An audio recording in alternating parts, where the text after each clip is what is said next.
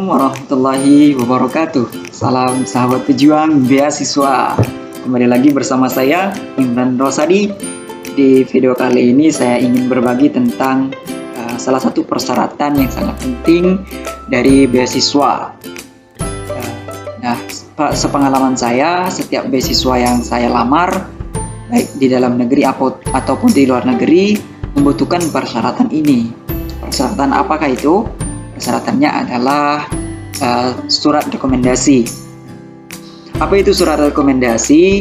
Surat rekomendasi adalah salah satu surat yang berisi tentang data diri kita, kemudian siapa kita, seperti apa kita. Nah, itu ada di dalam surat rekomendasi. Nah, sebagian beasiswa sudah ada yang kemudian memberikan format atau menyediakan format surat rekomendasi. Tapi ada juga beasiswa yang tidak menyediakan format surat rekomendasi. Tapi jangan khawatir teman-teman, karena kalau memang tidak ada formatnya, teman-teman bisa mencari di Google. Nah, sudah banyak sekali juga contoh-contohnya, baik yang berbahasa Indonesia ataupun yang berbahasa Inggris gitu. Oke, kita langsung saja. Lalu siapa yang kemudian bisa memberikan kita surat rekomendasi? Yang bisa memberikan kita surat rekomendasinya adalah salah satunya bisa dosen. Siapa lagi? Bisa juga kalau teman-teman bekerja, bisa juga minta ke atasannya. Siapa lagi? Bisa juga ke pejabat. Bisa kepala desa atau bisa gubernur dan sebagainya. Jadi seperti itu. Nah, bagaimana cara mendapatkannya gitu? Tentunya kalau kita dapatkan satu surat rekomendasi atau dua, ya mungkin itu bisa dibilang gampang ya.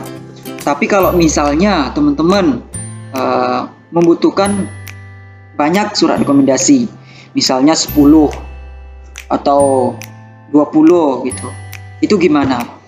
Nah, Mas Imran kok minta banyak gitu? Kenapa kok banyak gitu? Saya bercerita saja langsung ya.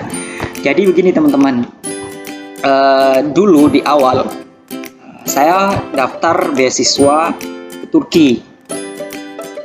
Beasiswa tersebut membutuhkan 2 surat rekomendasi. Nah, tentunya saya membutuhkan 2 orang tersebut adalah orang yang kemudian punya jabatan. Kemudian beliau pun mengenal saya gitu. Nah, dan alhamdulillah pada waktu itu saya punya kenalan dosen yang kenal dekat gitu. Nah, saya minta ke beliau surat rekomendasi. Tetapi qadarullah, hasil dari beasiswa tersebut saya dinyatakan tidak diterima. Artinya saya membutuhkan lagi surat rekomendasi yang lain. Hingga pada suatu ketika saya merasa malu untuk meminta lagi ke dosen yang sama gitu. Jadi udah minta pertama kali surat rekomendasi, minta lagi, jadi ada rasa malu gitu. Tetapi untungnya pada waktu itu saya punya banyak kenalan dosen, sehingga saya bisa minta lagi ke dosen yang lain. Jadi saya pada waktu ganti strategi. Yang awalnya saya hanya daftar satu beasiswa, kemudian setelah ditolak, saya kemudian mendaftar banyak beasiswa gitu. Saya daftar LPDP, saya coba daftar LPDP, yang saya juga daftar itu pada waktu itu beasiswa ke Malaysia, saya juga daftar beasiswa ke Thailand. Jadi banyak sekali beasiswa yang saya daftar, dan tentunya itu membutuhkan surat rekomendasi.